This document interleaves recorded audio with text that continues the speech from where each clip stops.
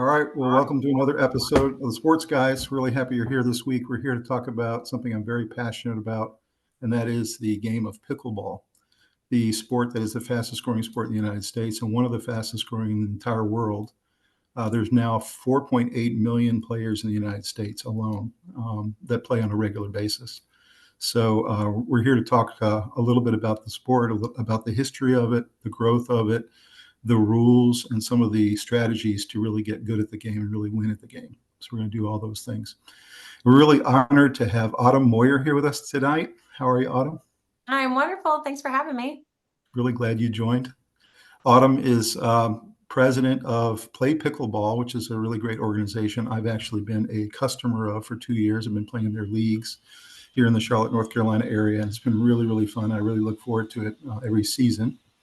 I've won a couple medals, so that's been really cool. And but you run a great organization, Autumn. So really glad you're here tonight.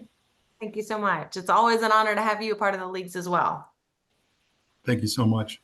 And of course, Robbie, how you doing? Doing great. Just getting back in the swing of things. We were in Orlando for 9 days, and it's good to be home, but still tripping over a suitcase or two. So doing great, though. That makes sense. Yeah, and we have our podcast coming out here in the next week where we're going to be showing pictures and videos of all of the times and great things we had done or that we did in Orlando at Disney. We went to 4 of the parks and just had a great time. So we'll be coming out with that here shortly. And Rob, you also said getting back on the horse, that also involves your pickleball game. You were out for about a year because of surgery, getting hurt in a NC State pickleball tournament. So how's your knee feeling? Well, actually, I injured it down in Jacksonville, and then I tried to play on it, hurt, and it kind of got worse. Knee's doing great, honestly. I had some cleanup surgery, and I just took my time coming back. But I know knee injuries are pretty common in pickleball a little bit, but for the most part, it's minor stuff. And in my case, I'm probably better than I was before the surgery, to be honest. You mentioned an article you saw recently. It said that a lot of the injuries coming into hospitals and urgent care centers, you saw an article that said that about 50% of them are pickleball related. So I think some people are wanting to join the game, play the game, but maybe aren't in the shape or maybe shouldn't be doing it. I just think there's some twisting that's involved, and sometimes it's just bad luck. I don't think it's anything, I think wearing a knee brace is probably a good idea in general, but I think the overall positives of pickleball way outweigh that. I just think that's one of the small things you might have to deal with somewhere along the line. No doubt. So Autumn, would love to hear from you, kind of your history with pickleball, how you and your husband came to the game. You mentioned something about Florida, but we'd love to kind of hear that history and then how it developed from there. Yeah, absolutely.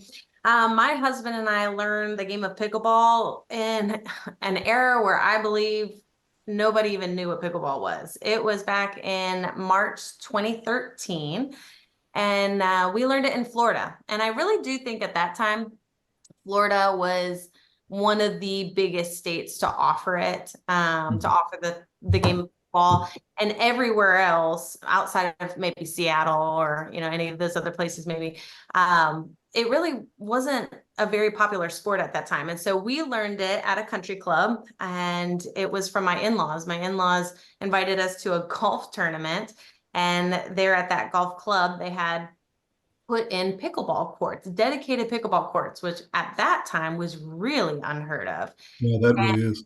Yeah. And so we learned the sport there. We were only down in Florida for about a week. And at that time, John and I lived in Baltimore, Maryland. And so when we went home to Baltimore, Maryland, we Googled places to play in Baltimore or surrounding areas. And there were absolutely no places to play. There was one place. It was a senior center about an hour, maybe an hour and a half away from us. And they had open play for seniors only, which we didn't qualify for. And it was at like 2 p.m. So those of us who were working or own businesses, there was no chance we could go play. And what's ironic about that is there were still some really good up and coming players in the Mid-Atlantic. I mean, Ben Johns was in that area, and there were some really quality players, but still no places to play. Mhm. So that's how we learned about the sport. And because there were no places to play, we decided to purchase our own equipment and start playing with some friends in our backyard, which happened to be a public park. And that's how we started. That's how we started learning the game of pickleball. It's And yeah. interesting you say that. I had a colleague, a woman at my office about 5 years ago, telling me that she and her husband played pickleball with their elderly parents and was talking about how it was an old person's game. Only old people played it.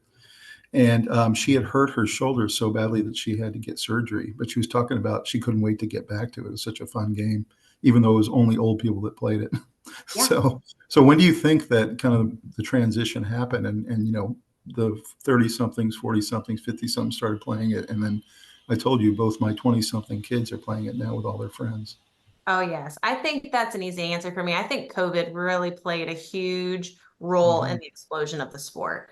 But I mean, when COVID hit in 2020 and the whole country shut down and all the social distancing happened, I mean, people were itching to get outside. And being that pickleball, you're only with, one other person, and typically it's a family member, at least at that time.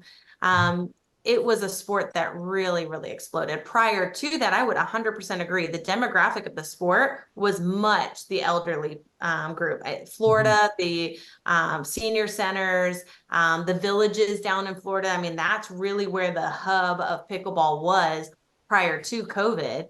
And now, after, that season of the world shutting down and people itching to at least be outside doing something active, I really think that's when the younger demographic started to play.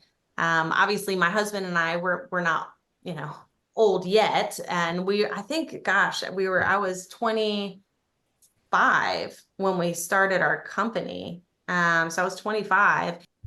Wow, interesting. That's cool. Yeah, I think that's true. And I think that the middle somethings like we are the ones who have really driven the growth of the sport. That's just my opinion.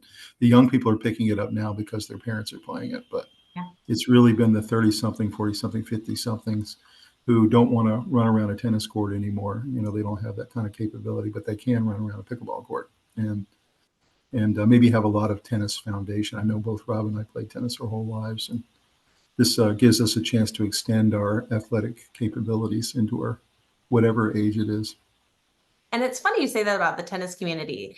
Being involved with pickleball as long as my husband and I have, it has been a really interesting shift that we have seen. So when we first started pickleball in 2013, we had to rent tennis courts. And gosh, I mean, I hate to admit, but if you go back and look at pictures or videos of how we played pickleball, we duct taped pickleball courts on tennis courts.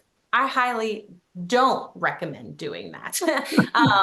Duct tape is not the wisest tape of choice, but we were duct taping pickleball courts on tennis courts because that was truly the only surface that we could play in at that time. And what you saw a shift from the tennis community being angry at those of us who wanted to at least attempt the sport and learn the sport, and because we're taking some court reservation time away from them, and then shifting to today where a lot of the tennis community has shifted over to pickleball, want to play pickleball. They they really enjoy the sport.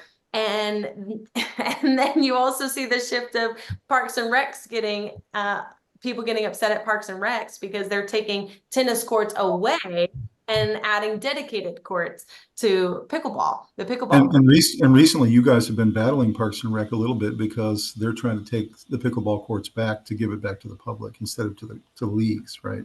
Yes, That's yes. another issue you've had to deal with. Yes, that has been a challenge. That for sure has been a challenge. But I will say this: Parks and Rec are not wrong in wanting the public to play on open courts. And what I do believe is that league play fosters open play. See, we developed leagues back in 2013 because there were no places to play. You couldn't just show up on a tennis court and expect there to be pickleball lines and a pickleball net. Like that just didn't exist. So the only way you could play pickleball is one, if you invested in equipment and bought it yourself, which people don't want to spend that much money to do, or you joined our social league and we set up the environment for people to play. Well, that has since fostered the growth of the game where people now want to go and find other local places to play with their friends. And, before they had no option and that was the only option. But now league play is it's available for those who, number one, don't have the community to play with, are a little nervous about stepping onto a public court, meeting people playing, that's not their ideal situation. And also time, people want to be able to know when they're playing, how much they're playing, what day they're playing. And so I do believe there's a really good mix that's needed at public parks on the dedicated courts. And so, yes, right now it is somewhat of a battle, but I don't blame Parks and Rec for trying to balance the two. That makes sense. Yeah, I kind of like the mix of both. I like playing in the league and I like open play. I like to do both. I like the structure of the league, the ability to win a medal at the end, the tournament that is built into it, the way you guys facilitate the games and make sure we always have a matchup. I think that's really important. But like you said, the only way to really get good is to also then go and practice in open play. Where do you think the next development steps are for this sport? What would be a good thing for your league and other leagues like yours to see? Would you like to see more growth in youth, or what are some ways that the sport could grow well beyond where we are now? Well, I definitely think youth is the part that is on the verge of explosion. I really do believe that. It's been really interesting to see the last couple of years, youth was never really mentioned when it came to pickleball outside of the school system. It's funny when you talk back in the day, when you talk to people about pickleball and you're trying to explain what pickleball was, the only thing that popped in people's head was, oh, that sounds like something I played in elementary school one year. And that probably was true. But outside of that, youth really never was playing. But now there are so many organizations, especially in the age bracket between 7 and 12. 7 and 12 years old. There's so many camps now. There's clinics. There's all sorts of programming for the youth. And I really do believe, Rob, that you're correct. Like that is what's going to funnel more players into the sport. Beginner players, I always say, I mean, that's the bread and butter of the growth of pickleball, because those beginner players, they're the ones that are going to catch the bug and want to advance their game. And that's how you kind of move. It's kind of a funnel, right? You move them from beginners all the way to the advanced brackets. And so I do think between the youth, beginner players, people just inviting your friends and family to come check out this crazy sport called pickleball. I definitely think that is how the game is going to continue to grow. We've already seen the shift from the elderly demographic to the younger, and now we're going to see it shift to even younger ages. And then all the programming that's out there now. I mean, you talk about how much programming is being developed for pickleball from, from the MLP to now the PPA tournaments and the APP. And we have Paddle Wars, which is going to be the nationwide pickleball league. And then, the smaller groups of us, like we run social leagues. So there's a ton of programming that's in place. And I think all of that together, it's kind of like a marriage. You bring it all together and it's causing for another explosion. And people say that pickleball is a fad, but I think we have now proven against that. It's not just a fad. It's something that's sticking around, and Parks and Recs that are in in your area that haven't jumped on the quote unquote bandwagon to put dedicated courts in. I hate to say it, but they're now behind. It's dedicated courts is not something that they're investing, and they're not going to see players on the court next year. It's something that's going to stick around for a very long time. Yeah, I don't think we're looking at a fad here. I think it's pretty simple to understand what happened. Definitely, there were definitely growth periods for pickleball. If you go back far enough, we're going to talk about some of the history and stuff. But and then there were other periods where you could see some growth for sure. But one thing, I think a couple of elements came together as a confluence of or a vacuum that allowed pickleball to fill it, that I don't think it's going backwards. First of all, the infrastructure of all the tennis courts, while tennis was plummeting in popularity in America, I was reading articles on the death of American tennis and all this stuff. Now, it's premature to say that the death of American tennis is real, but you can see a pretty significant decline. And they were giving a lot of reasons in the article for it, but one of the main ones is American stars have disintegrated. They've disappeared. And so there's nobody to emulate. There's no McEnroe and Connors. There's no Sampras and Roddick and all these guys. Roddick was like the last one. And so tennis has taken a big decline. At the same time, I think golf has as well, because Tiger kind of is on the tail end. So why is that significant? Because it leaves a bunch of people looking for something to do that's leisure but active, and it fills it checks a lot of boxes because a pickleball game is quicker, it's social, it doesn't take all weekend it doesn't take 4 or 5 hours to play like golf. So I think these are permanent pickleball fans who are now going to be bringing their friends in. I think we got the tennis players and the golf players first, and then now they're bringing their friends. And so I think it's solidified pickleball as a growing sport, whereas the others are declining. Maybe they'll level off, but I don't think they're ever going to go back to where they were, because I think pickleball is going to grab those. And I think there's a group of people that like leagues and like playing in leagues. It's a regular thing to look forward to every week on Wednesday night, Tuesday night, whatever it is. And I've been talking to some of your other customers, Autumn, in play pickleball, and some of the people there were ex-bowling league people. They were ex-ping pong league people. They were ex-pool billiard people. And they were all in different leagues and different activities, and now they all enjoy pickleball the most. And so, it's a natural evolution. And like Rob said, also a lot of the ex-tennis players who don't want to do all the running and maybe are a little bit older and long in the tooth. And a tennis match of five sets is going to take quite a while, as opposed to a pickleball where you switch and you keep meeting new people and you keep having fun, and maybe you play against some people that are way better than you and you get clobbered, but you're quickly into the next game where you're doing well again. And it's a very fun sport. It's also very inexpensive. Okay, you can pick up a paddle and a couple of balls and you're ready to go. Golf is a very expensive game, and it also takes a tremendous amount of time. Nobody has 5 hours anymore, right? And nobody wants to pay $200 for a round, whereas you can just go find an open pickleball court these days. Yeah. So there's just a lot of reasons it's all feeding into and funneling into pickleball.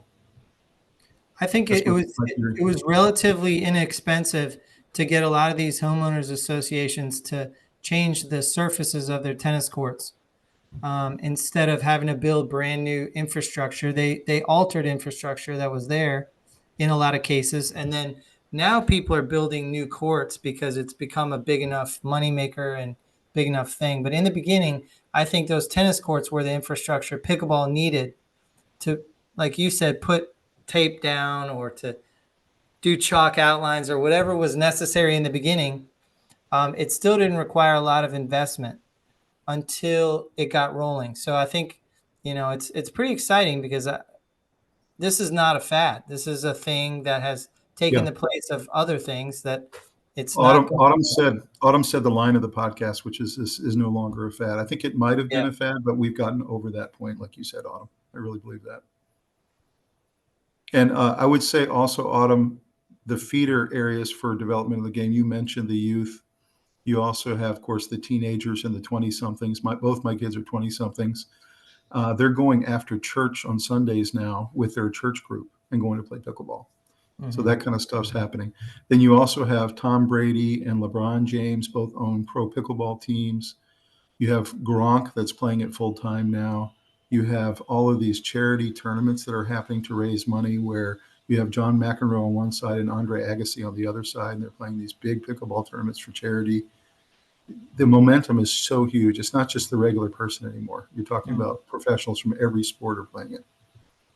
Yeah, you're absolutely right. And, to Rob's point, there's so many, such as tennis, where you don't necessarily have somebody to look up to anymore. Whereas pickleball, it doesn't even have to be a professional pickleball player. It could be any of these professional in other sports are owning pickleball teams. And so it's really neat how the younger community is really attaching themselves to the game. It could be a very unique way whether or not they love the professional player itself or just want to follow, Gronk, who's been playing every day. It's Yeah. a really neat concept. But it's also an interesting point you just made, because a lot of people get brought out. A lot of people are being introduced to it for the first time by their friend who's already better than they are. So they look up to them and learn the rules from them. And so you're learning from a friend. And so it's kind of cool that people are teaching each other at a very fast rate. There's no sport really like that that's going right now. So I think Couple you look up to your friend like you would a celebrity who shows you how to hit a baseball or something. You look up to your friend on how to have better technique and some of the rules and some of the strategies and stuff. They can teach you because they're a 4.0 and you're just starting out. And couple other theories I have about why people like it. Number one, the moving up of levels. You started at 2.0, right? And you move up to 2.5 in about a month, and you move up to 3.0 in about 2 months. The escalation of your skill level within the game can be so fast. Whereas in golf, to master the game, it takes your whole life, and you might never master it. I mean, it's such a difficult game. So, I've noticed that people really like it because you can really move up levels and you really feel like you're improving pretty quickly. So that's one reason. The other reason I noticed was coming out of COVID, and you said this, Autumn, people were craving an activity. They were craving to get moving. They wanted to do something athletic. But the other thing they were craving was people interaction. And the thing I love the most about the game is the social aspect, the ability to exchange phone numbers and go to lunch the next day. Or, several of the tournaments you've held for us, after the tournament's over, we go to the brewery across the street and we go have an IPA, so it's just people are craving friendships and they're craving human interaction. And so I think that's a big part of pickleball. And in free play, it's a very social event. And, you'll go up to the lineup of paddles. Most courts now have a place where you put your paddle in and they move down. Who's next? It's a good way to meet people, oh, I guess we're playing together now. And it really mixes people up. It's a really cool social thing. And I think Autumn said it, pickleball has had different periods of time where it sort of exploded into the next level, but COVID was the last big one, and people were starving for that social, and this filled that need. This really encouraged a lot of communication and people interaction, while encouraging the exercise that everybody desperately needed. So, Autumn, do you see the social part of the game as one of the big aspects of it? Oh, absolutely. As a matter of fact, when we started our leagues back in 2013, that is exactly how we started it. Being 25 at the time, I wanted to participate in a sport that had all my friends. And so what we actually would do is I would create the schedule for the league play. And we would, an hour before the league, go to the local bar across the street, tell them that we have league play on the tennis court across the street, asked if they wanted to sponsor us. They said, sure. They gave us a case of beer. We took it to the tennis courts, played our league, came back, and we'd play flip cup for hours at the bar, That's so much buying fun. drinks at the bar. So it was a win-win. We got the social aspect at the courts, and then we'd come back, not only socialize among ourselves, but then the bar got the win because, we're racking up some kind of bar tab. And so that's actually how we started our leagues. And that went on for years until pickleball became more of a public park. And, there's some rules and regulations when it comes to alcohol at courts, but that's exactly how we knew people were yearning for that. People were yearning for being social, meeting new people, having something to do midweek on a weeknight, an excuse to have some fun. And so that we catered to that. And so our leagues, our website is playpickleballsocial.com because it's exactly what we knew people wanted. Mm-hmm. Yeah, good point.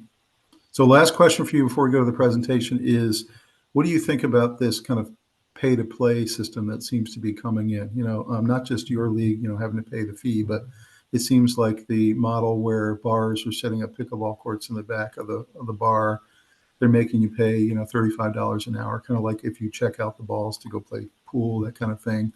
Seems like more and more, you're going to end up having to pay to play for the most part. So again, going back to 2013, people called us crazy because we would charge $60. I mean, and our prices really haven't gone much up in the last 11 years, but we charge $60 for people to play on duct taped lines on tennis courts when number one, there was not many places to play, but even as you transitioned, 5-6 years later, and there were more opportunities to play open and for free, people were like, you're nuts. You're never going to get people to pay that. Pickleball is free over here. Pickleball is free over there, or $5. You're never going to get pickleballers to pay that. Well, what we understood about sports in general is that no matter how new the sport is, it's eventually going to evolve into pay to play. You have to. The demand it's too much of a demand eventually to allow people to play for free everywhere. And so we knew that up front. And yes, we might have been way ahead of the game 11 years ago, but let me tell you, people still paid it. And now to see that transition actually coming to fruition, it's just like any other sport to me. I kind of relate pickleball and public parks because that's what I'm used to any other activity. You go to a public park, you can't expect just to walk onto a baseball field any time of day and play with your buddies. 9 times out of 10, especially on the weekends, there's going to be league play. I would say your fees are incredibly reasonable. Matter of fact, we get a T-shirt, as you see here. And of course you have medals and you have to, pay your people that organize the league and all those kind of things. For me, $65 for a 10-week season, that's completely reasonable. I think what I'm talking about more is these bars that are coming in that are charging you $35 an hour to play pickleball. It just seems a little crazy to me. I don't know. Yeah, and I would say that's a different realm, right? We're kind of talking about two different worlds here. You're talking about recreational play or competitive play versus entertainment. And there is, and I forgot the word that they use. It's like entertainment, something along those lines, where the Top Golf is really the lead in that type of environment. So those types of facilities, they're not going to attract the competitive pickleball players. And frankly, like we have one up the street here in Charlotte, and I personally haven't gone because I'm so active in pickleball. There's so many things that I'm already doing. The only way I'm going to go is if it's for entertainment, if it's for, a night out and I want to, have a drink. Are they pricey? Do I agree with their prices? No, but can they obtain it? Yeah. I mean, they're not losing business over their prices. So if you can go after it, because I'm a businesswoman, if you can get it, go after it. So I am not saying that I disagree with their models. I feel like people have to understand that they're two different worlds. You make a really good point. I didn't think about the Top Golf analogy, but that's true. It really is like a Top Golf model. You go there, you drink a beer, you can play pickleball with a beer in your hand. You're out with all your friends on a Saturday night. That makes a lot of sense. As long as you still have open play that's free, you have the league that's $65 for 10 weeks, and then you have this more expensive model that maybe you only do once in a while on a Saturday night. Yeah, and I'll put a shameless plug in here. There's a facility going up here in Cornelius, North Carolina. It's called the Serve Pickleball and Kitchen. And that is more of the entertainment type facility. However, he's doing a really good job of combining both worlds, where his facility is going to have a lot of courts for competitive and recreational play, but also the restaurant, bar, and then he's doing simulator Top Golf in there. So he's kind of taking what I just explained as two completely separate worlds, and he's bringing them together. So I'm very interested to see how that plays. You think Play Pickleball might play there someday? I'm really hoping. I am really hoping. Cool. The gentleman who's opening up is a really, really quality guy. So. Oh, good. That's awesome. There's only one more model we didn't talk about, and it's one that Rob has participated in, and that is when you join the big time gym. He was part of Lifetime Fitness. And in that situation where you're buying a monthly fee, they have pickleball indoors in the gymnasium. And these are kind of like, you want to talk a little bit about that, Rob? Basically it's part of your.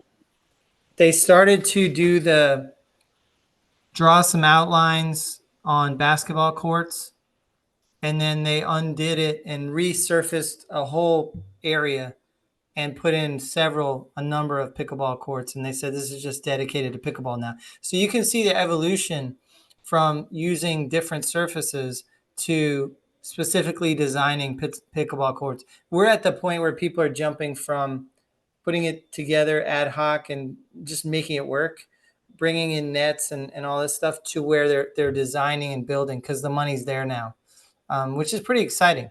But you can only play there if you're a member, right? So you have the whole member Right. model. You have to have a Right. membership, and then you can play there. So it's Yeah, and interesting. Lifetime Fitness, they have, as I believe that Lifetime Fitness as a whole is the largest contingency of pickleball players in the United States right now. Yeah, that's Believe right. it. That's right. It's hard to get a court. Well, let's take a look at the presentation, guys. We'll go ahead and pull it up. All right. Well, believe it or not, this is our episode 24. We're talking about the Pickleball Craze, the history, rules, and development of the game. And you can see here some of the major logos in pickleball. You've got the PPA Tour. And actually, Autumn, I've been really enjoying watching the PPA this year. I think the TV production has gotten so much better. They show it from different angles. They have like a camera up above that's on a zip line that goes back and forth. And I really, really enjoy watching it on TV. I didn't at first, but then you have the Major League Pickleball. You mentioned that MLP has gone to a rally type of scoring, which I think is really interesting.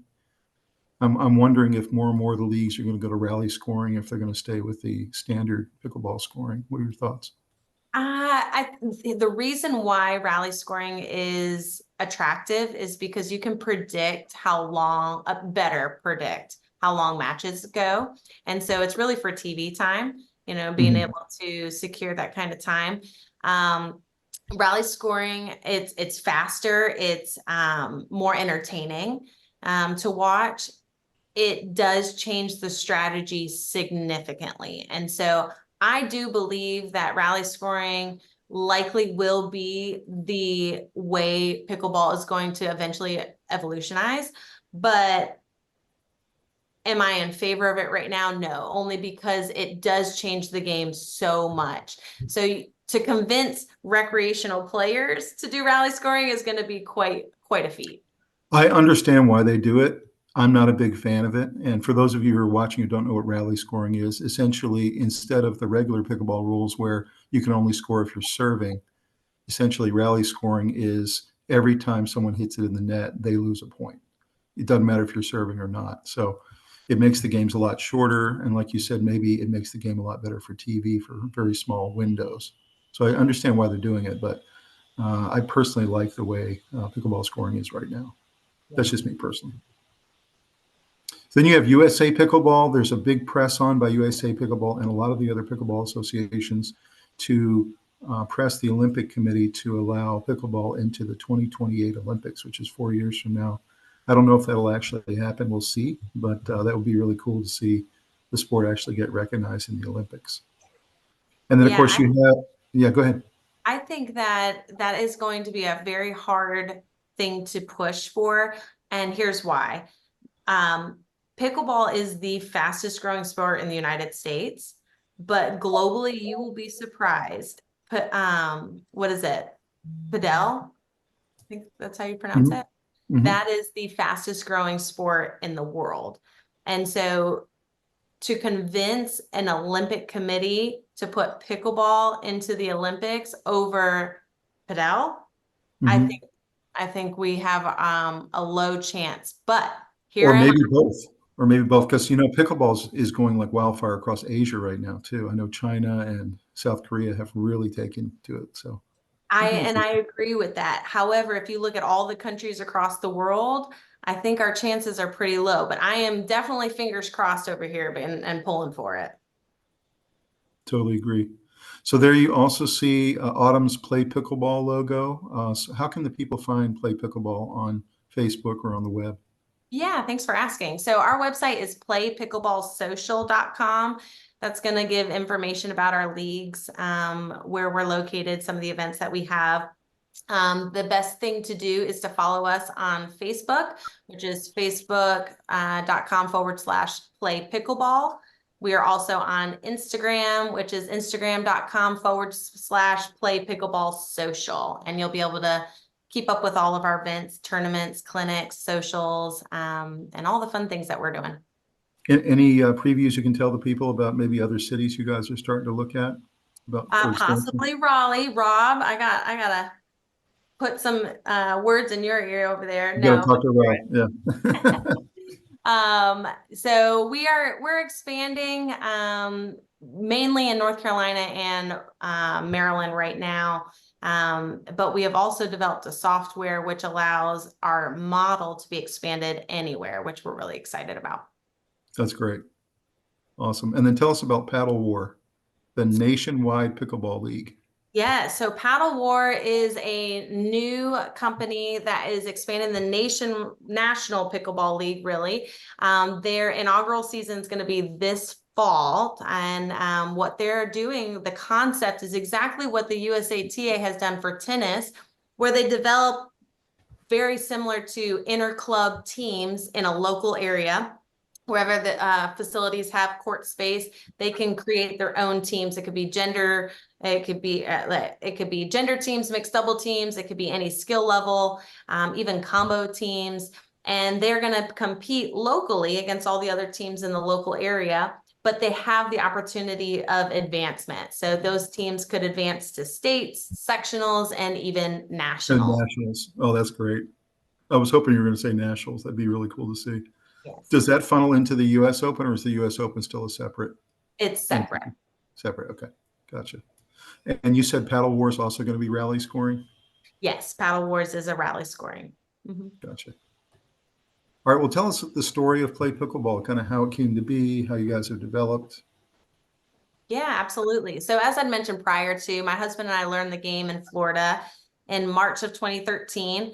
And when we came back to Baltimore, there were no places to play. And so we purchased the nets, made some lines on some tennis courts, invited some friends. And let me tell you, it took no time. I mean, from end of March 2013 to early May 2013 is really all the time that was needed for us to have too many people coming to the courts, and it forced us to have to organize. And so we came up with the timed matches concept. It's an algorithm that my husband and I created, and it has been going strong now for 11 years. And so we started organizing our play, and that's how we became Play Pickleball and started our social leagues in Baltimore City. What is ironic if you really think back, it blows my mind to see how much the game has progressed, because back in 2013, yes, we had enough friends who were interested in playing, but we wanted to grow. You know, we loved the concept that we came up with, and we wanted the word to get out. And so when we started talking about pickleball, we would post flyers with a website, because QR codes, I don't think were a thing back then, but with the only YouTube video that we could find about pickleball. There was one YouTube video that explained what the sport was, and we would go around showing that one and only YouTube video. Today, that's unheard of. I mean, you could find pickleball content on anything, on any platform today, but that was us back in the day. And so we grew large enough to where we offer now leagues, clinics, we do social events, we run tournaments. We're both, as I mentioned, in Maryland and in North Carolina running all of these things. And then we have now recently just developed a league event management software. So anybody who has court space, has access to court space, has a group of pickleball players that they need to organize, they can use our software to organize it in the most efficient and effective way. And what's great about our software is it encompasses and utilizes that algorithm that we created 11 years ago. And that algorithm never changed, but it puts the most people on a court over a period of time. So for a facility, they could make the most money per player, per hour, per court, based on the algorithm that we provide. So wait, are you saying you and your husband are going to be the Bill Gates of pickleball software? Let's Mhm. hope. Let's hope. But we are very excited about this software. I So think it's does going it to help a blow, lot. does it blow your mind you've gone from 8 friends to 1,400 members? Does that blow your Yes. mind? It absolutely does. And it's growing every single season. That number is growing and growing. And I look back at the pictures of our 8 friends when in our first league, and to look what we are today, I mean, it really does blow my mind. That's great. So last question on this slide is tell us about the clinics, because I know people that may be watching who may want to get started. That's a really good way to start, right? In the clinics. It absolutely is. Yes, we offer clinics for really all skill levels. But if you're just getting started as a beginner, clinics is a great place to really understand what the game is about and just basic strategies. I mean, even understanding how the scoring works, which I know we're going to talk about here on the podcast. Things like that that will just give you enough confidence to be able to walk out onto a court during open play and go and meet some friends and play or join a league. Clinics is a great way. Yes, most of the time it costs money, but I can promise you it's well worth your time and investment. That's great. Highly recommended. Well, let's move on to the history of pickleball. So pickleball began in 1965 in Bainbridge Island, Washington, which is not far from Seattle. Essentially, there were 3 families that would go there every summer on the island, and they all had homes there right next to each other. They were neighbors. And they would spend most of the summer there, either weekends or sometimes they would stay the entire week. And there was 3 dads. One of them was Joel Pritchard, who was a U.S. congressman, and you see him there leaning over in the picture. That's Joel Pritchard, who was a U.S. congressman from the state of Washington. And then there was Bill Bell and Barney McCallum. And the 3 dads had kids who were bored all the time. And all of you guys can commiserate with that when your kids get bored and they're looking for something to do in the summer. So they essentially had this badminton court in the backyard of Joel Pritchard, and they had a badminton net as well, and they had a wiffle ball, and they had some ping pong paddles, and they just started coming up with this new game and trying to keep their kids entertained. And they started hitting the ball over the net, and then they started bringing the net down a little bit because it was a little bit too hard when it was really high. And soon after that, Barney McCallum started actually handcrafting pickleball paddles, which were a little bit larger than a ping pong paddle, so that you could actually hit the wiffle ball. The first summer, they changed the rules about 50 times and eventually came up with this very strange set of rules that we're about to go over with you guys, which was a combination of ping pong, tennis, badminton, volleyball, and even some other games, all kind of mashed up into one. And they found that towards the end of the summer, the parents were playing and the kids weren't. and neighbors were coming over and learning to play the game, and they were just having so much fun. And it sounds a lot like, Autumn, what you and your husband were doing when you were introducing it to your friends, and they were all really enjoying it. So by the end of the summer, they realized that they really had something, because all of a sudden, all the adults, all they wanted to do was play pickleball. So then they took the game back to Seattle after the first summer was over, and they ran into the same situation you guys did in Baltimore. There was nowhere to play. And so they were having to commandeer, backyard tennis courts and try to find ways to play. They even played on basketball courts sometimes and did kind of like a jerry-rigged net on the basketball court to be able to play. So that was kind of the history of pickleball.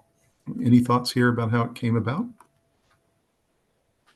I can relate to a lot of it. That is for sure. And you mentioned basketball courts. Yeah. Back in 2014, I think it was after our first year, we wanted to do some indoor play. In Baltimore, winters are pretty harsh, and so we were looking for indoor space, and that's exactly what we did. We rented basketball courts and recreation facilities and taped the lines. And I mean, some of the courts, they were small and narrow. Some of them were in schools. And so we even just modified the pickleball court size just so that we could play. And we would squeeze in 1, 2, maybe 3 courts, pickleball courts on a basketball court. So yeah, I could definitely relate to this. Interestingly enough, it got so popular and was so much fun when they took it back to Seattle. It kind of took off like wildfire, and a couple of leagues sprung up, and they were finding these different ways to play, even though they didn't really have dedicated courts. And then a couple of years later, I was reading that some of them had homes in Arizona, winter homes in Arizona. and they would go down to Arizona in the winter and they would start playing down there. And so actually the second state to start playing pickleball after Washington was Arizona, because some of these folks in Washington had winter homes down there. So I found that pretty interesting.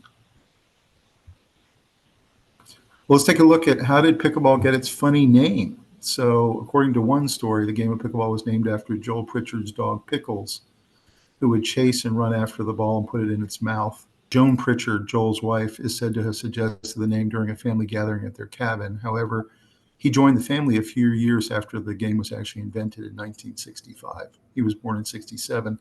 And so Joel Pritchard later admitted that the dog story was actually a hoax and was not really true. And there's a picture there of Pickles on the very bottom. So the real reason it's called pickleball is because in sailing or in yacht competitions, the pickle boat is the last boat to finish in a race.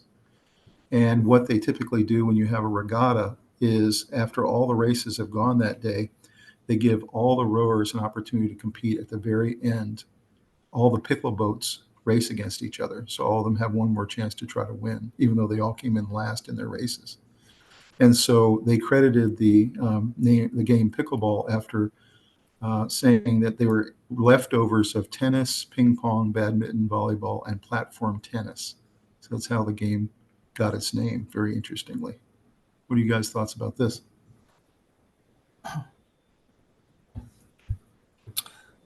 I think the history of it kind of shows that there hasn't been some master plan the whole time, but the fun part has been throwing ideas together and just keep a fun spirit about it where, you know, let's add this part and let's, like the original, the founders changing the rules constantly and just making it fun. It's not a surprise that the history of this game goes back with sort of a silly nature to it, a social fun nature to it, because that's how the game kind of is. It's fun. Yeah. But have you ever heard of pickle boats being the last place boat in all the different races in a regatta? Yeah, Not until we did this. Yeah. There's a picture of Joel Pritchard there on the right, and then there's a picture of one of the boats that would be in a regatta that could potentially come in last and be a pickle boat. So, and clearly, if you're in a pickle boat, you're not very, very competitive. You're not exactly yearning to win the whole thing. So you're kind of in that lighthearted mindset of let's try and go win this one. You know, like why not? So they had an interview with Joel Pritchard and his wife a couple of years ago where he admitted that the dog story was a hoax, and then he also admitted that the dog was actually named after the game of pickleball. That's why they call them Pickles. Mm-hmm. So interesting. Any thoughts here, Autumn? No, I also agree. I had no idea about the rowers. I thought that was a very interesting story. Yeah. You always hear about the rumor of the dog being named Pickles. So I learned something new today. Kind of cool that they would in a regatta, they let all the pickle boats do the last race. At least all of them have a chance to win because they all came in last. Yeah. Yeah. All right. So what is pickleball? It's you don't want to come in last in that race, by the way. Yeah. That's true. That's when you just put the boat away and don't go back. You don't. I don't know. I might go try it. Who knows? So what is pickleball? It's a relatively newer paddle sport, combines the rules of badminton, ping pong, tennis with volleyball scoring. And of course, that's the current state of pickleball. If we go to rally scoring, that would change. Sports played indoors or outdoors on a badminton-sized court with a modified tennis net. The height of the net was based on the height of the hip level of one of the founders in the state of Washington. When I was reading about how they founded the game, that's literally what they did. They were trying to hit it over the badminton net, and none of them could get it over it. And so they literally ratcheted it down to one of the guy's hips. So that's how they decided the height of it. So the game is played with a perforated ball, as you see there on the screen, called pickleball, has hard paddles, typically made of graphite or carbon. And I know there's all kinds of other substances that they use now for these different paddles. The paddle I use is the red one right there, the Diadem Warrior. I really like it. I know that a lot of people believe that the thicker the paddle, the better, because it, especially at the kitchen line when you're volleying at the net, it really does seem to give you more control. But I don't know. What are your thoughts, Autumn, about the pickleball paddles and what the best ones are? Yeah, so pickleball paddles are interesting. it has definitely evolved from wood, which is what we started in 2013, just a simple wood paddle, to all these different options. I would say when you're choosing a paddle, you want to pick one that has that polymer honeycomb core. Mhm. That's the core, and that's really going to give you the best control and pop. But what players are choosing between nowadays is really the surface, which you mentioned is typically graphite or some Right. kind of carbon. I have a graphite paddle. Each paddle surface is different. It provides a different level of grip, control, power, pop. There's even paddles that have surfaces that are I think even aluminum. They have Mhm. a combination of two different types of material. They call it a composite or Mhm. or hybrid. Right. Right. There's a lot of different ones that you can do. I think for immediate players, it's really more of like the graphite, maybe composite. Carbon fiber is definitely one that gives it control and pop. So you have a lot of options when it comes to the surface type. But when it comes to the core, I would definitely make sure it's more of the polymer honeycomb, Yeah. not wood, like we did And back I, 10 and I years would ago. mention some people like to have the raised surface. You can get a lot of top spin on it, and there's others who like to have a little bit flatter surface. It's really kind of a preference thing. Yeah, Um, and it comes with the grit too, right? Grit and the grip, becomes a big and that becomes an issue with right? USAPA regulations. So you always got to watch for that. The paddle there on the right, the Jula, is the one that Ben Johns used, he's the number one player in the world. So definitely a really good paddle as well.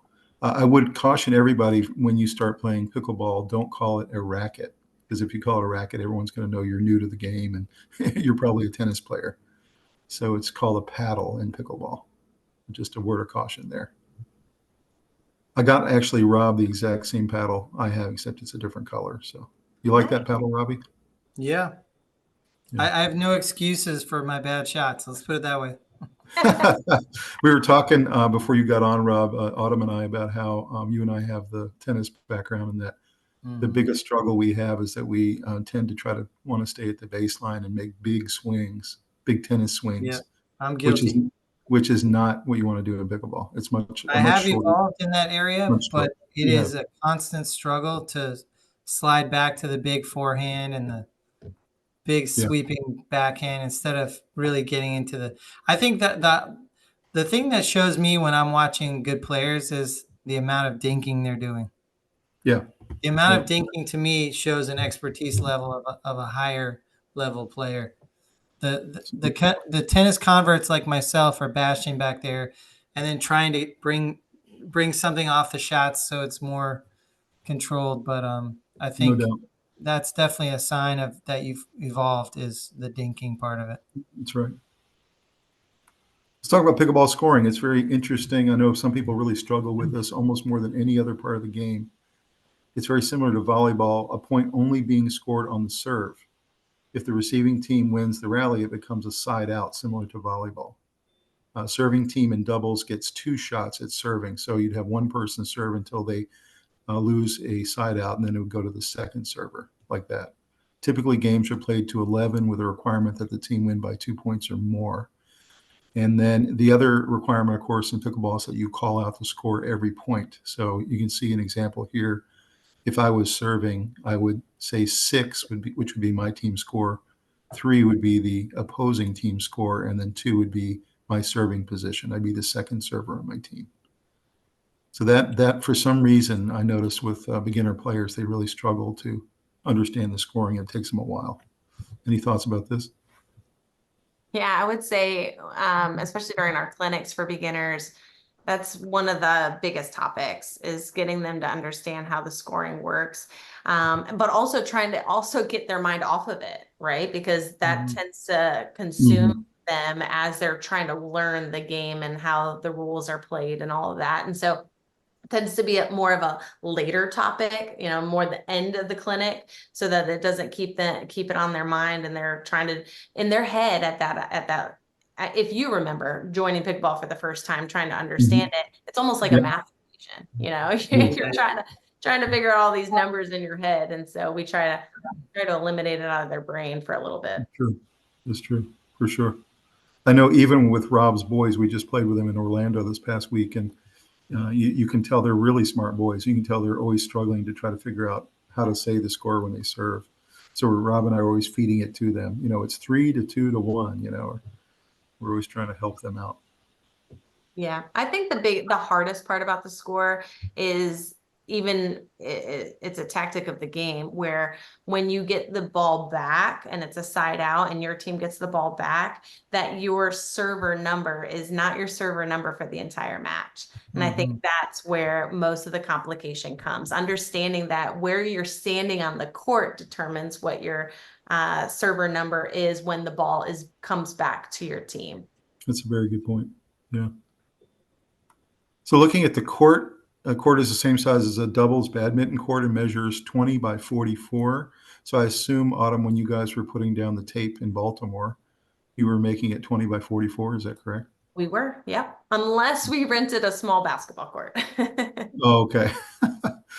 So the same court is used for both singles and doubles play. The court is striped like a tennis court, as you can see, with right and left service courts. So when you're on the right side, you're having to serve into the left side box.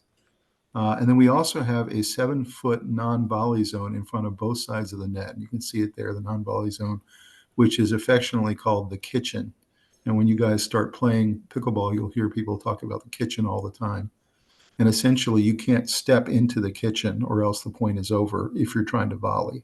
The only time you can step into the kitchen is if the ball actually bounces in the kitchen. You can step into it to hit the ball across the net, and then of course, you have to reestablish yourself back outside the kitchen for the next shot.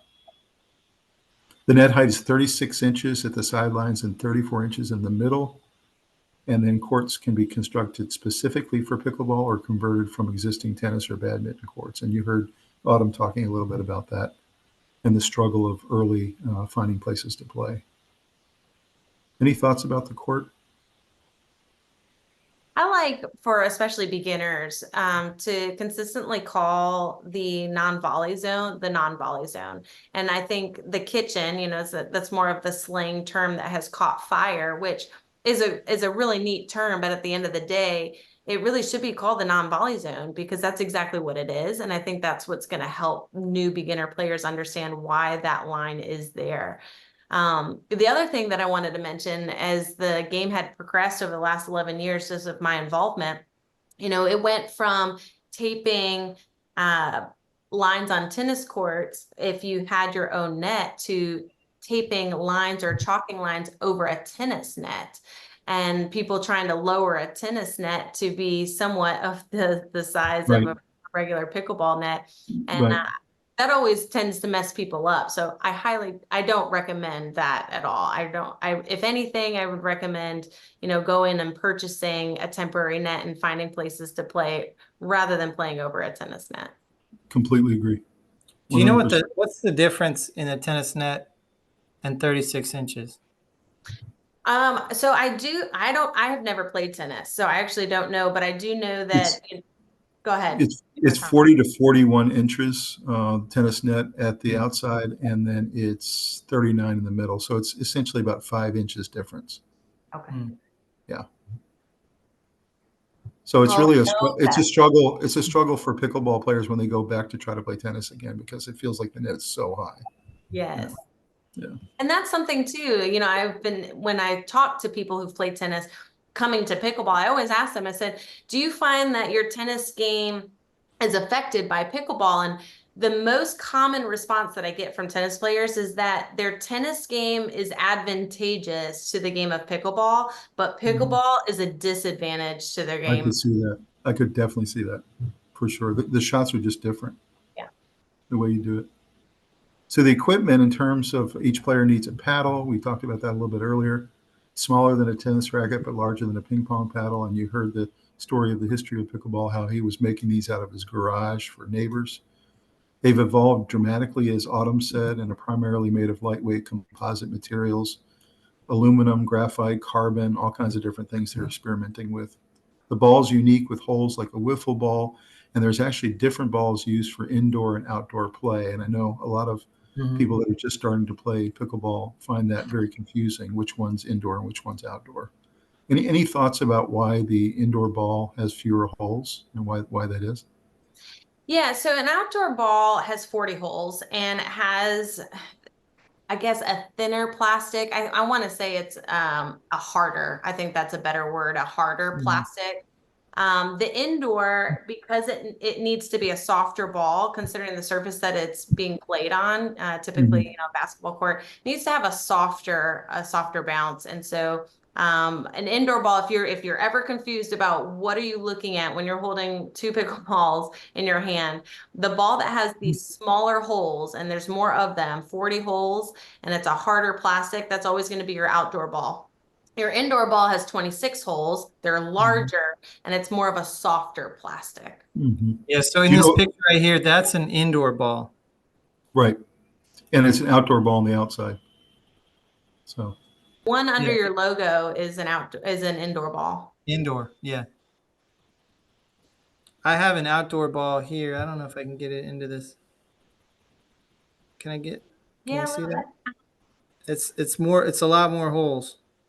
I wonder which one with more holes or fewer holes, if it travels a little bit faster.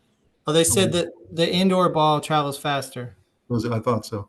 Yeah, and it has a texture on it that lets you get more spin. Okay. I was reading about it because I didn't know the difference. I just know I've played on different ones. I thought this was an interesting fact I put in here. The ball travels at a third of the speed of a tennis ball. So that's amazing to me that, we can only hit at a third of the speed of a tennis serve or a tennis shot, which is pretty incredible. That is. It's twice as loud. Exactly. And then usually the pickleballs have been either yellow or white or green, but I've noticed a proliferation of all kinds of colors now. Yeah, I'm seeing blue. Yeah. I was in a tournament last year at Christmas and they had red balls. So that was pretty interesting for Christmas. So, but I think the brightly yellow and colored yellow ones are a lot easier to see. That's why most people play with them. I would agree. So apparel, players wear anything comfortable, athletic shorts, sweatpants, polo shirts, t-shirts, they dress up a little bit in the winter or fall, and then they dress down a little bit in the summer. The main thing is comfortable tennis shoes is very important. I know when I first started playing, I was playing with running shoes the first couple of times I played. And the guy I was playing with, who was very experienced, said, "You're going to kill yourself on those. You're going to break your ankle." And he essentially told me the really important reason you need to wear tennis or pickleball shoes is that they have flat rubber surface that allows you to, kind of slide across the court and get that good grip on the pickleball court. Any thoughts about shoes? Shoes is a very hot topic in my family. When my husband was the pickleball player from 2014 to, 2018, 2019. And he was a high level player. He became very good very quickly. And he was never a court sports player of any kind. He was a soccer and baseball in high school, and then he took on golf in college and became a scratch golf player and fabulous athlete all around. But when it came time to pickleball, he had some major issues with plantar fasciitis, but he didn't know what that was. And it was all because of his shoes. It was tied to the shoe that he was wearing, but he had no idea. So for 6 years, he just kept playing on it and playing on it and playing on it. And if I'm here to tell anybody, never ignore the signs of plantar fasciitis, because unfortunately now he's unable to play, and it's all because the type of shoe that he chose was not a court shoe. And so it's very important that you find a comfortable court shoe that can withstand a lot of the stopping that you're doing, a lot of the cutting that you're doing on the court. Otherwise, not only you're going to tear up your shoes and you're going to burn holes in your shoes, but you're going to tear up your feet as well. And I have plantar fasciitis as well. And one thing I learned is that it's important to get the appropriate arch level that fits your arch. I have a very flat arch. So I have problems with that if I don't get the right shoe. So it's not only the right type of shoe, but it's the right type of shoe for your arch level and surface to keep you from running shoe is meant to go running straight ahead, and you really need more of a flex shoe that's going to let you go back and forth. So, Well, the reason that I- guy was saying not to use running shoes, he was exactly right, because running shoes has cutouts in the bottom, and you can't Yeah. have cutouts in a court shoe like Autumn was just Right. talking about. So essentially, listen to Rob. Rob's talking about having the right arch in the shoes you choose. Listen to inside Autumn the when shoe, yeah. yeah, and listen to Autumn when she says have the right court shoes that have the right grip on the bottom. Really important. So it's worthwhile to really talk to somebody who knows. First of all, can look at your foot and tell you what you need, and then on top of that, what would be advantageous on a pickleball court. Mhm. So players also wear hats and visors, safety glasses. What are your thoughts about safety glasses, Autumn? Is that important, or I usually just Uh, wear my prescription sunglasses. Yeah, I mean, any type of protection of the eyes. As you get up in skill, the pace of the ball, even though it's 1/3 the pace of a tennis ball, being that it's a hard plastic, especially being outdoors, and that comes straight for your eye. I have seen many injuries.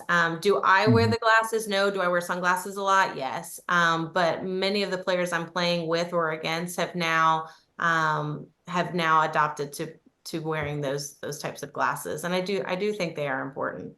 Is it just for eye protection, or is it also that you can see the ball a little bit better in those exchanges at the net? That's a great question. I haven't looked too much into them. I've always thought of them as just eye protection. But Okay. I wouldn't put it past the companies to at least advertise that you could see the ball a little bit Because better. I can vouch for what you said. That is, I'm not nearly what you are or your husband is, but I've moved up from 2.5, then to 3, now to 3.5, and just the speed of the shots at the net have been have just taken a whole exponential level. And so I find that I have to have the right, vision from a prescription sunglass standpoint, or else I can't hang in there at the net, basically, because it's just gotten so fast. So also players wear sweatbands, they wear light jackets or sweatshirts for cold outdoor play. All these things are definitely relevant. Anything else I didn't put on here, Autumn, that people should think about from an apparel standpoint? No, I think you've hit it all on the head. I think one of the most important things is just make sure everything you're wearing is secure, because when you're at the kitchen, one of the rules in pickleball is if anything off of your body or paddle, your hat, your sunglasses falls off of you and lands in the kitchen, then it's a fall. Points over, yeah. Mm. I would mention wear shorts that have the ability to put a ball into the pocket, just like a tennis ball. You'll often find yourself putting one in your pocket just for, an extra ball for later kind of thing. So definitely do that. I don't know, Autumn, on the women's side, if the old tennis skirts or those kind of things translate, or if that's real old school. No, they do. Most of the tennis skirts nowadays still have those ball pockets. Okay, there you go. Basic rules. So server starts in the right court and serves to the court diagonally opposite. Ball must travel past the non-volley zone line and land in the square, as you see there in the picture. Receiver must let the ball bounce once before hitting it. Can return the ball anywhere on the court. The preference is to get it as deep as possible. Typically, when you're returning the ball, you want to get it deep. On the first return of service, the server or partner must also let the ball bounce once before hitting it. So this is something that I noticed that beginning players really struggle with as well. And I did too. And that is, you have to let the ball bounce twice on the court before you can volley it. Do you see that in the clinics a lot, that players struggle with that 2 bounce rule? Yes, absolutely. That would be one of the most common rules that's hard for them to digest, and mainly because they want to attack the ball as fast as Mhm. possible, so they end up moving from the baseline forward, and that's what hurts them. Mhm. I think that's what I have the most trouble with. When I'm not focused for a second, um, it's not natural for me to let it bounce sometimes. Mhm. Not Mhm. always, and usually I'm on it, but if my brain is on something else for just a split second, I might volley it. Yeah, and I know in tennis, when you're playing doubles, typically both partners will stand up at the net line, whereas in pickleball, only the receiving team will stand their non-receiver up at the net line. So that's kind of a change for tennis players as well when they play doubles. Anything else on basic rules? No, you covered it. Yeah, it's pretty basic. Some other things here. Tournaments match consists typically of best 2 out of 3 games played to 11 points. I know, Autumn, you guys have built this algorithm for your tournaments that makes a lot of sense, and that is, I think you guys played a 15 or something like that, or maybe it's a time match. Yeah, we played 15-minute timed matches. 15-minute time match, yeah. So that makes sense. But I think in a sponsored tournament, it would be like a best 2 out of 3 games to 11 points, win by 2. Yeah, there's Players. formats nowadays too. I mean, there's to 15. It depends on the bracket sizes, but it could be best 2 out of 3, first games to 11, typically win by 2. Yeah. It could be first to 15. So there's a lot of different bracket sizes. Excuse me. There's a lot of different tournament formats nowadays. When we played the NC State tournament, Rob and me, we played this best 2 out of 3 format. And I kind of like that because if you had a really poor game in the first one, you're not out. You know what I mean? Agreed. Gives you a chance. Players' teams only score points when they're serving, so that's volleyball scoring. Ball can only bounce once per side. Typical faults: hitting the ball out of bounds or into the net, volleying while in the non-volley zone, like Autumn just mentioned, missing the ball while trying to hit it unless it goes out, serving incorrectly.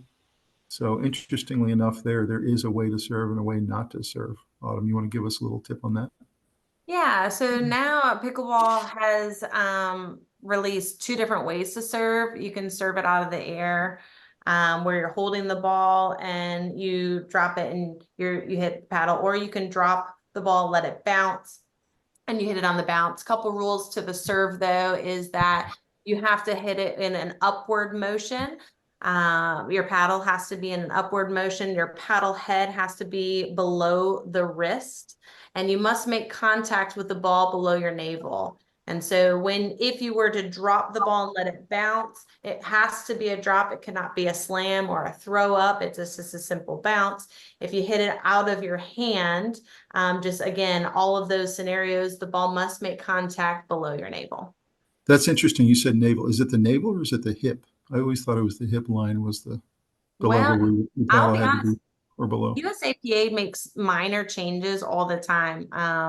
The last I saw was the navel, but it could very well be the hip. I could double check that information. This is another thing, though, I notice with beginner players, they mess this up all the time. They're always trying to serve more like a tennis player. And you have to explain to them that either you do it out of your hand or you bounce it. And it has to be kind of below the hip and down You got in it. an upward motion. I know Rob likes to bounce it and then serve it. I like to serve it out of my hand. So that's just a preference. Have you tried, Rob, out of your hand before? Yeah, I do both. Oh, okay. Being touched or hit by the ball also would be a fault. And then, of course, stepping on the service line or non-volley zone line would be, while hitting the ball, would also be a fault. So keeping score, we've mentioned this a little bit already, the 4-3-1 type format for scoring. But before serving, the serving player must call the score. And so this is something beginner players really get wrong all the time. They don't call the score, and they have to be reminded quite often that on every point you have to tell what the score is. The server announces the score followed by his opponent's score. If playing doubles, the server announces the team's score followed by his opponent's score and then states his server number. So that's the 4-3-1 or the 5-3-2 format. Anything else on scoring, Autumn? I guess rally scoring is something we should maybe talk about. Yeah, rally scoring is a very different bird, if you will. You don't have a server. Or let's put it this way: you don't have a serving position. You claim your spot on the court, and that's your spot on the court for the entire match. If your team keeps winning, then you would switch who serves, but you're not switching positions on the court. Rally scoring is very, very different. And that's why, going back to what I was saying, it's going to be hard to convince the average normal player to play it, because you're going to have to teach them not only a new way of calling the score and serving, but strategy. You know, there's a point awarded for every serve, so you might not be as aggressive. or taking chances on even your serve. You know, there's serves out there that a lot of people are trying to ace the other team, and that might not be a strategy when it comes to rally scoring, just because at that point you would give the team a whole point. Right. You know, I noticed also the really good teams will stack where one person serves on the right side and then they come over and serve on the left side, but their partner stays on the left side and then they run back over to the right side. Because Yes, I guess the players like one side of the court or the other and always stay on that side. So do you see yeah. that a lot where they stack serve like that? I do, and I'm actually one of those people. I like to stack simply because one of the advantages of my game is I have a backhanded punch, and because that's a backhanded punch, I like to stay on the right side because I'm able to use that on majority of the court if I'm on the right Gotcha. side. So I Gotcha. stack with my partner. A lot of players who are left-handed, they'll stack. So you'll see different reasons why people stack, but that is very common when you get up in higher level play. Interesting. Okay. Rob, maybe we need to try that, man. Try to stack. Let's do it. So pickleball skill levels, this is what I told you earlier, I think is really interesting about the game is you can move up these levels fairly quickly, especially if you're a good athlete. You start as a newbie at 2.0, and you can see here essentially if you can say yes to 5 or more of the statements in these bullets, then you are that level of player. And you can see here at the newbie level, you know where to stand, you usually get your serves in. You usually let this return service bounce. I'm getting a hang of keeping score. So that would be kind of like a 2-5 novice type player, can do 5 of those 6 things. The 3-0 player has the basic rules down. They're working on getting their serves and returns, serves deeper, working on getting dinks shallower, capable of hitting a few dinks in a row. They usually can hit backhand shots when they need to, etc. And so if you can do 5 of those 6, then you're a 3-0 intermediate player. Moving up into the 3-5s, now you know the rules. Your serves and returns are almost always deep and they're very consistent. You can hit the third shot, drop shot, which in my opinion, Autumn, is the hardest shot in pickleball, that third shot, because especially if you're playing really good players at the net, it's just so important to get it over the net, but barely into the kitchen so you can give yourself a chance of not getting slammed. Thinking strategically about where to hit the ball and how to win the point. You have a wide variety of shots in your arsenal. So it's interesting. I look at this list and I think I'm a 3-5, but I think if I gave you my comfort level, I'm more like a 3-2-5 is what I would say. And then 4-0 is advanced. I think you said this might be where your husband was, or maybe he was a little bit higher, but this is where you can anticipate your opponent's shots. You can finish the point when your opponent gives you an opening. You're consistent with your drop shots. You always play at the non-volley line. A good partner can always count on you, and you can cover any shot. If the partner goes out of the court, you would move over and cover the court. You can be patient and wait for an opening.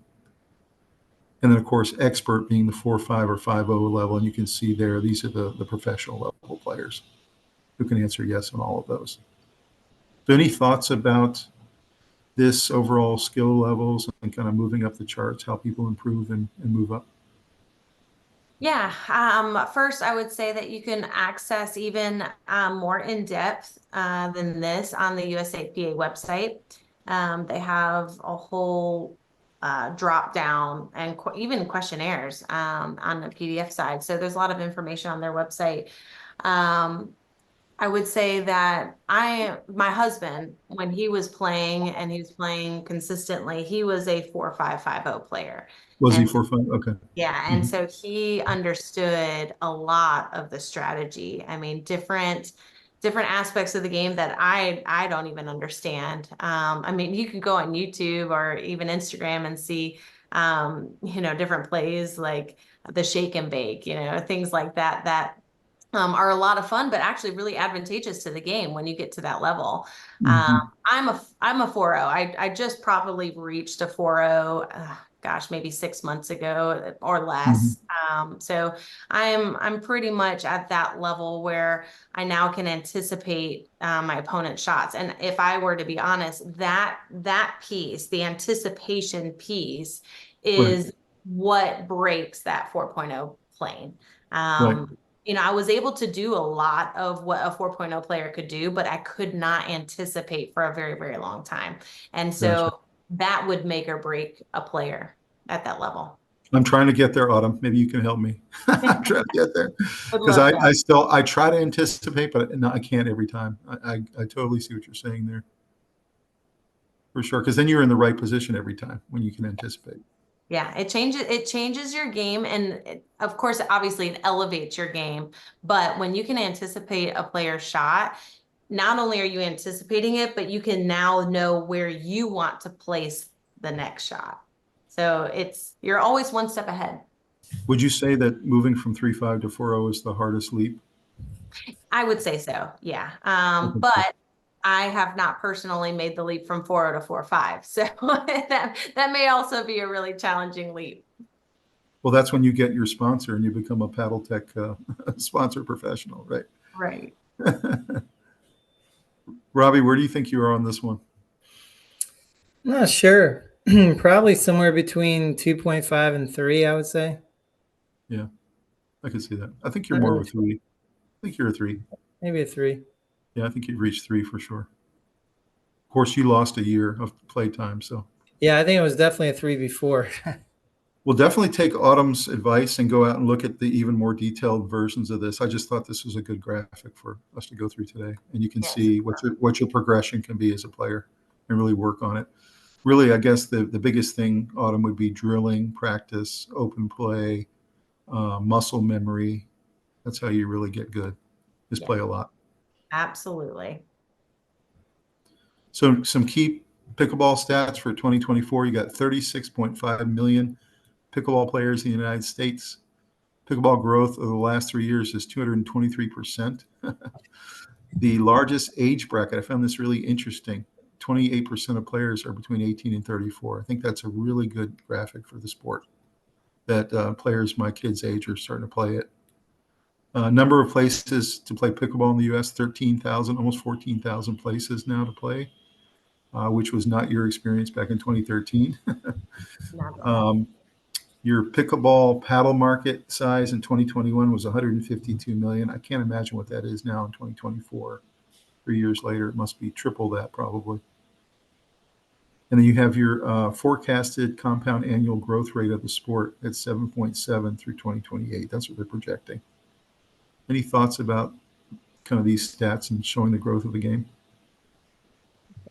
It really does blow my mind every time I look at the slide. When you sent it to me, my jaw dropped. It truly did, because we already talked about the age. You know, back when we started 11 years ago, it was all the elderly people. So to see that that's now the largest age bracket is 18 to 34, and now I'm a year out of that. Yeah, I think it's cool. That blows my mind. The number of places to play is amazing. And here's something else that's interesting is the paddle market. Back in I want to say 2015, we got into the paddle market, play pickleball. You did? Oh. We did, and we were selling some paddles, and we were kind of like that broker, you know, where we offered a bunch of paddles and sold them out. But the margins at that time for a paddle were pennies on the dollar, because paddles back then, the most expensive paddle was maybe $65, $70. I mean, nowadays you can't buy a paddle for that. And so, you know, it's funny you say that. It's funny you say that, Autumn, because I've never been a snob in anything in my life, but I've kind of become a little bit of a paddle snob, because I think personally that my Diadem Warrior is the best paddle on the market. I've tried a bunch of them. I've tried the Jula, and then I see these new people come in and they're trying to hit with a wooden paddle that is incredibly thin, like a beginner paddle, and I wince. It's just painful to see them try to struggle with these really bad paddles that are really hard to play with.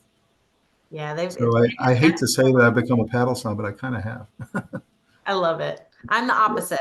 I am the opposite. I've had 2 paddles in the 11 years that I've played. Have you? Okay. Yes, and I still to this day have to take a picture of my paddle every once in a while just in case I lose it so I can tell somebody what it looked like. Oh my gosh. Well, I found my paddle. I will say that I've kind of settled on one and I'm staying with it. So makes a lot of sense. Participation rates for popular sports. This blew me away more than anything.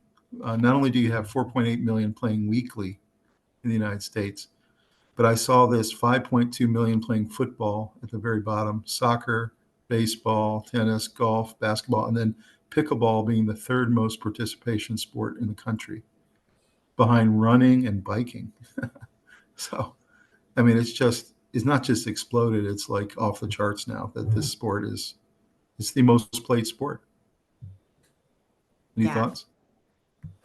I think it goes back to what Rob was saying. You know, people were itching to get something active. It's a sport that you can play with your friends and be out. But here's the other thing. When I look at this chart, you know, biking and running, it really doesn't take much skill to do those things. And so it's of no surprise to me that pickleball is third, because I would agree at any level, at any beginner level, it really doesn't take much skill once you understand the basic rules of it to play pickleball. Whereas basketball, golf, we talked about the golf and tennis. You know, all of that takes some practice, a lot of training But did you think that 10 million more people would be playing pickleball regularly than basketball? That really shocked me. I think the one that shocked me the most is golf. I feel like golf, I feel like there are so many people that play golf. But yeah, I would agree. This chart is definitely staggering. It's amazing.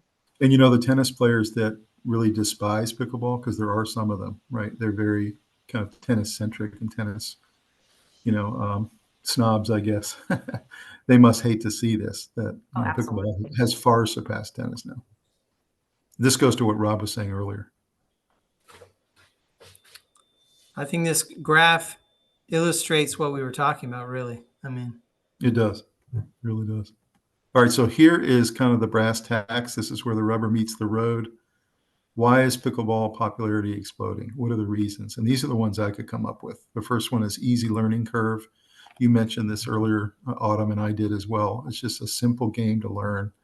It's easy for beginners to grasp. It's easy for them to move up from 2-0 to 2-5 to 3-0. Serve mastery. Mastering the serve doesn't require extensive training, unlike tennis or other sports. You can pretty quickly, within a couple weeks, learn how to serve, relatively well.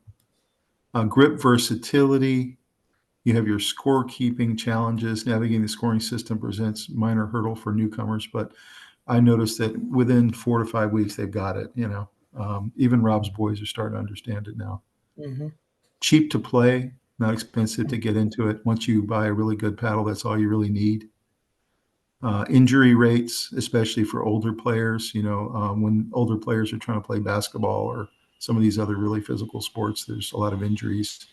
Whereas there are injuries in pickleball for sure, but definitely fewer than some other sports. The rapid improvement argument I talked about, where you can move up from beginner to intermediate or even high intermediate levels pretty quickly. I mean, really good athletes are doing it within 3 to 6 months. You have this addictive appeal. Millions of players saying they're so addicted to it, it's all they can think about. And then you have lots of health advantages: cardiovascular, stress relief, joint friendly, reflex improvement, social interaction, and well-being. So I'd love for you guys to just kind of give me your take on each of these. And then if there's ones that I left off the list, what are some other reasons you guys can think of that pickleball craze is happening? Yeah, I would agree with all of these. I think that these are all very, very valid reasons as why the sport is growing. I know for myself, I have 2 kids under the age of 6, and I need my my stress relief and that time to interact with adults. And so that to me is one of the reasons why I do it. And I definitely personally have acquired that addictive appeal. One thing I have not mentioned regarding our time with pickleball and playing over the last 11 years was that I personally played maybe, I mean, out of the first 8 years of us being in business, I played maybe 8 times. I mean, I played in my league, but competitively, I really didn't play much. And it was about 2.5 years ago when I played in a PPA as a 2-5. I just wanted to see what this craze was all about regarding the PPA. So I registered at a 2-5. I was 2 and out and didn't win a match. And that's all it took for me to say, okay, I'm going to be addicted to this. And I went from a 2-5 to now today a 4-0, and in little time. And so it's a very addictive thing once you catch the bug. I will have to agree with the lower injury rates. I think if you talk to any chiropractor or PT in the area, they are going to think otherwise. I feel like majority of their clients nowadays are now coming in with pickleball injuries. Yeah, I think the lower injury rates compared to other sports, but I That think would be fair. I really should have qualified this, and I should have said, but there's still a lot of injuries. Yes. Yeah, for sure. I mean, Well, Rob, because there's still a pretty large amount of people who are playing who are elderly.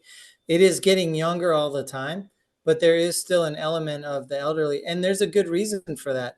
The lobe of the brain that helps ward off dementia has to do with fast reaction sports, and most doctors that deal with the brain and those kind of illnesses encourage first number one is ping pong, second is pickleball, because they take rapid reaction decision making, and that keeps your brain fresh and you don't succumb to some of the deterioration that happens. So pickleball is one of the absolute highest things you can do for the mental freshness. So is that kind of like the same skills you get out of playing like video games that are real fast and reflex oriented kind of thing? They do encourage a lot of retirement homes to do video games for a lot of the same reason.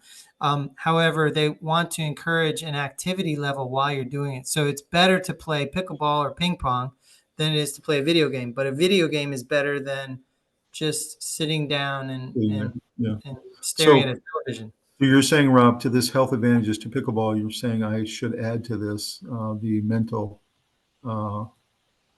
intuitiveness that you get from it. Yeah, making quick reactions based on what's happening is really good for your brain. And so they've proven that fast reaction activities in sports help stave off all the different, Alzheimer's and all the different problems that you can have with your mental deterioration. Well, if you guys agree with all of these and can't think of any other ones, I'd love to get in one more time, Autumn, with you on the addictive appeal thing. What is it about it that makes it so addictive? Because I do know all of my pickleball friends, it's all they talk about, literally. Like I try to have conversations about other things. They just want to talk about pickleball all the time. Well, I can't speak for others, but I know my personality is a very competitive personality. I grew up in sports. I was a collegiate soccer player. And so like you mentioned prior, which I think is a very valid point, is that it's easy to move up in the ranks. And because it's easy to move up in the ranks, I have that competitive nature of, okay, I'm going to move up in the ranks and I'm going to do whatever it takes. Now, granted, I don't have time to drill like most people. So when I go out and play recreationally, I think that's where my addiction comes. It's not so much an addiction where I have to go out and play all the time, but it's an addiction of I'm gonna play as hard as I can in the time that I'm given. So you can win. Yeah, I want to win and I want to get better and I want to improve. I'm the male version of you because, and Rob can attest to this, I've always been the most, competitive person in the family. And I don't think there's any other sport I could play at 55 years old where I could have 11 medals in my medal box right now. So that part of it makes it addictive for me. The kind of the pursuit of hardware, the ability to rack up medals in a sport. I don't think there's anything else I could do that in. That's a really good point. I think the evolution that you go through is really interesting because there's the person who is at the stage of just wanting to do something socially and to be active. And then there's the person who sort of summons up that competitive juices and then they fall in love with playing, and then they say, let me try a tournament. So what I like in the average going out and just playing socially is sort of like speed dating. What's nice is there's nothing worse than going golfing and getting stuck in a golf cart with somebody you're not meshing with, right?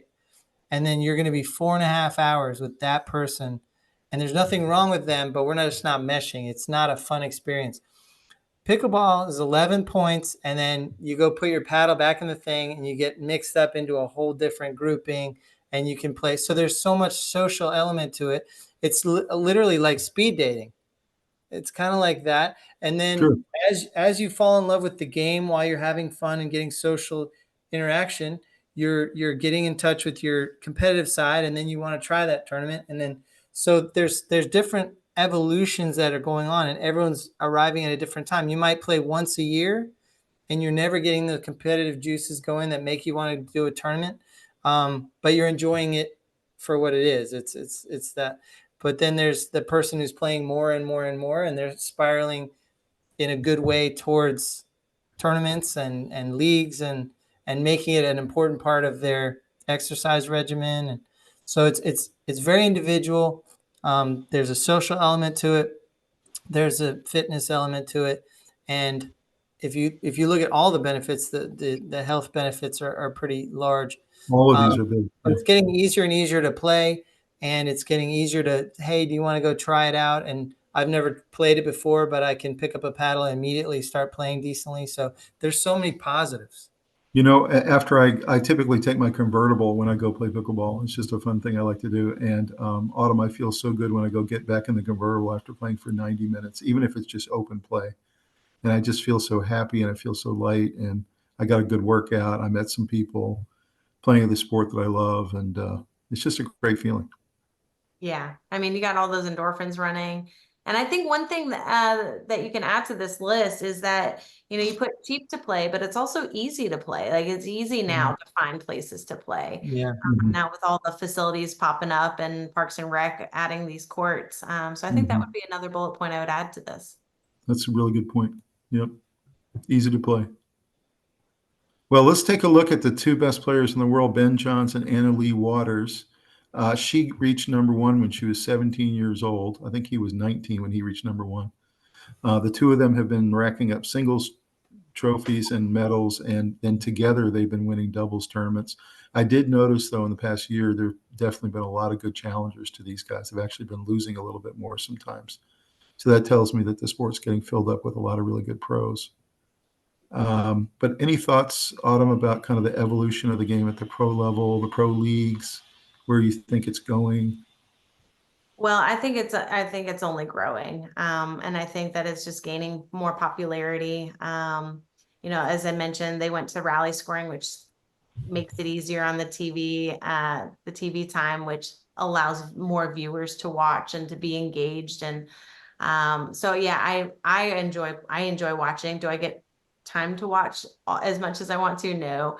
But I do believe that this is here's one point I'd like to make is I do remember when all these professional athletes were buying teams and owning their own teams when it comes to pickleball. Yeah. That was a way to gain exposure or to have pickleball gain popularity. And I think now it really doesn't matter who owns a team. The sport in and of itself has become popular enough to where viewers are wanting to watch and are enjoying it. And you'll notice in the PPA and the US Open and the new league you mentioned is coming in, there's a lot of sponsors now. And as soon as there's sponsors, there's money in the game. I know Ben Johns was the first $1 million pickleball player. He signed a $1 million contract with Jula, which is his paddle maker. So now that there's actually money in the game, the purses are getting bigger.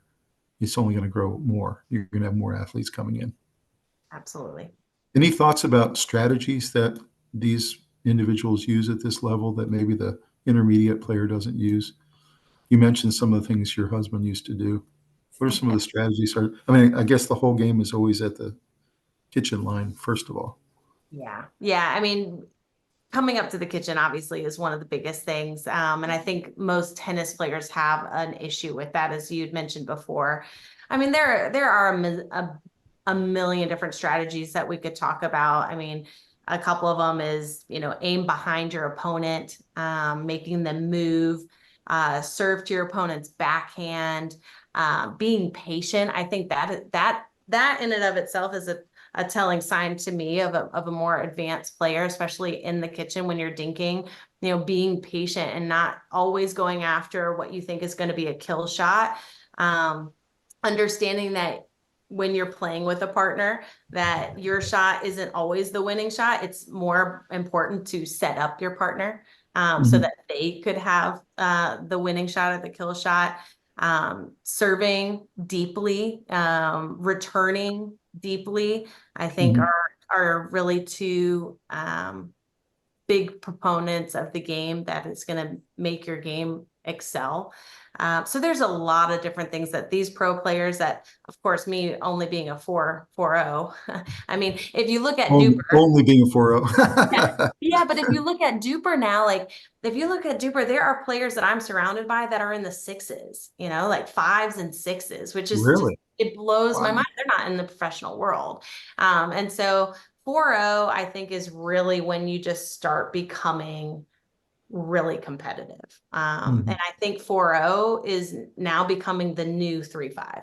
I do believe that. Really? I think that, like you said, there are so many players advancing and becoming so good at the game that you're gonna find that the top skill levels just being flooded now.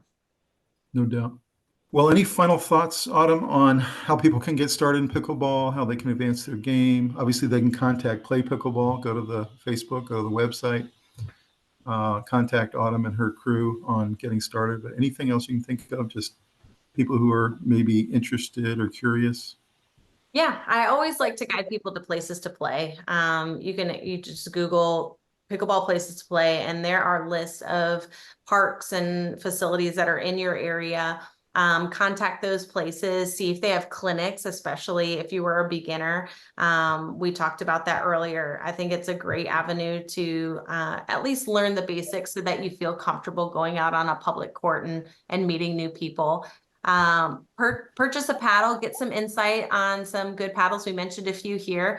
You don't have to spend a ton of money, especially on your first paddle. Go get a good paddle, get a couple of solid outdoor balls. Franklin's are great ones to use as you're getting to know the game, and go out and find some friends. It's a lot of fun. And I think that what's going to keep you playing is you enjoying the game, and how you enjoy the game is going to be different for everybody. But I do believe that if you do it with friends and you're in a fun environment, you can't help but enjoy the game. And get your kids to play too. I know Rob's kids have really enjoyed it. And do you think your kids are going to play, Autumn? I hope so. I do. I mean, it's in their blood, right? It's in their blood. So I think they're only 4 and almost 6, so they've got some time, but they've picked up a paddle a couple of times. That's awesome. Well, Autumn, thank you so much for joining us tonight on the podcast to talk about pickleball, the Pickleball Craze. I think all three of us agree, Rob, you, me, that it's not a fad like people were saying it was. It's a craze, and it's going to continue to grow, and it's going to be really fun and exciting. I know that it's become a big part of the Pope family as well. We really enjoy it. And when we go on vacation, when we go down to our beach house, we always build in a little bit of pickleball time to kind of pass the time and enjoy and get some exercise. I love it. Well, thank you so much for having me. It was awesome talking with you both. Awesome. Hey, guys, listen, please like the video and subscribe to the channel, and make sure you go check out the Play Pickleball Facebook page and website. And thank you, Autumn. We'll see you guys next time.